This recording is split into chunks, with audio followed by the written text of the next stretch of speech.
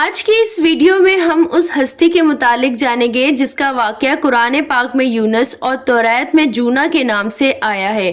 تاریخ میں اشوری قوم ایک عظیم اور طاقتور قوم کی حیثیت سے جانی جاتی تھی۔ یہ دراصل بنی اسرائیل کی نسل سے تعلق رکھتے تھے جو غلام بنا کر بابل اور عراق لائے گئے۔ اشورا کے بادشاہ نے کسی دیوتا کے نام پر نینوا میں مندر بنوایا۔ رفتہ رفتہ عمارتیں بننا شروع ہو گئیں۔ ایک دور ایسا آیا کہ یہ شاندار سلطنت میں تبدیل ہو گئے۔ مختصر یہ کہ یہ تہذیب و تمدن کے لحاظ سے ترقی یافتہ شہر تھا۔ یہ بادشاہ کو خدا کا درجہ دیتے تھے۔ یہ 700 قبل مسیح کا زمانہ تھا کہ اللہ نے اس زمانے میں اس قوم کی ہدایت کے لیے حضرت یونس علیہ السلام کو بھیجا۔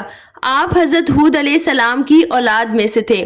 بعض مفسرین لکھتے ہیں کہ آپ کا تعلق بنی اسرائیل سے تھا۔ آپ حضرت یوسف علیہ السلام کے چھوٹے بھائی بنیامین کے بیٹے تھے۔ آپ سب سے پہلے اشورا بادشاہ کے پاس گئے اور اسے پیغام حق سنایا، اسے خدائی کے جھوٹے دعووں سے توبہ کرنے کا حکم دیا اور ایک اللہ کی عبادت کی طرف بلایا۔ بادشاہ آپ کی باتیں سن کے غضبناک ہو گیا۔ پھر آپ وہاں کے عوام کے پاس گئے اور انہیں توحید کی دعوت دی، انہیں شرک پرستی سے توبہ کرنے کو کہا، لیکن وہاں کے لوگوں نے ایمان لانے سے صاف انکار کر دیا۔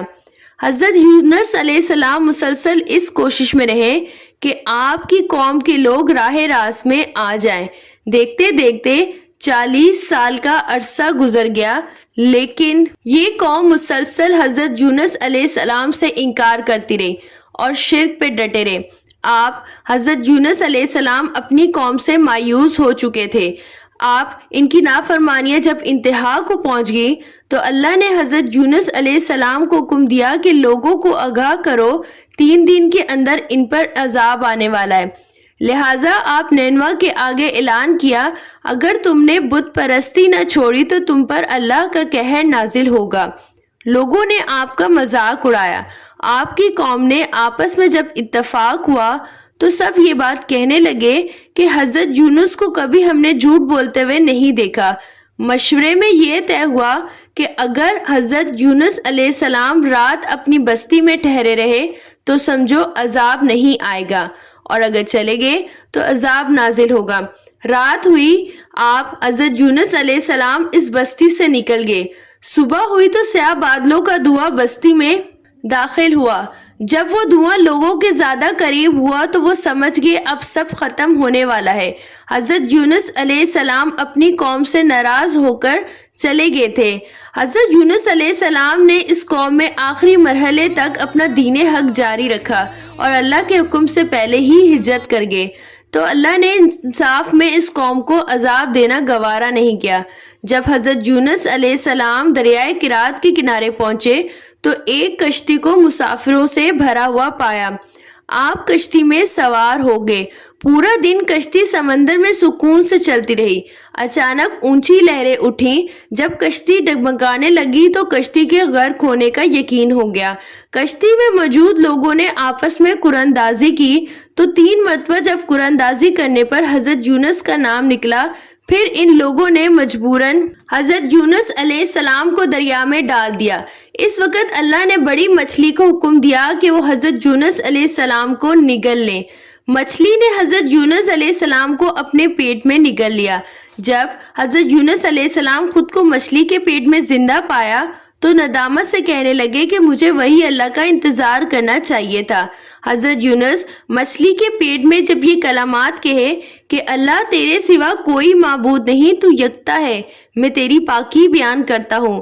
روایتوں کے مطابق کہ اگر حضرت یونس علیہ السلام یہ تسبیح نہ پڑھتے تو قیامت تک مچھلی کے پیٹ میں رہتے۔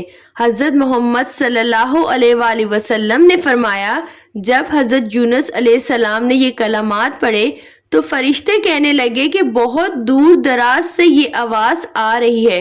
اللہ نے حضرت یونس علیہ السلام کی درد بھری آواز سنی تو فرمایا کہ تم اس آواز کو نہیں پہچانتے؟ فرمایا کہ یہ میرے بندے یونس کی آواز ہے۔ پھر اللہ نے مچھلی کو حکم دیا کہ وہ آپ کو بغیر کسی تکلیف کے سمندر کے کنارے اگل دے۔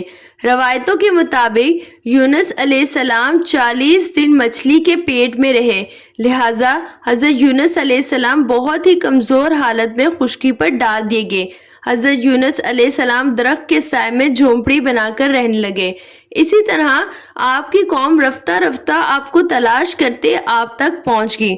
انہوں نے آپ کے ہاتھوں پر بیعت کر لی اور اللہ سے توبہ استغفار کرنے لگے۔ آپ نے اپنی قوم کی رہنمائی کی اور دوبارہ نینوا چلے گئے اور وہیں پر آپ کا انتقال ہوا۔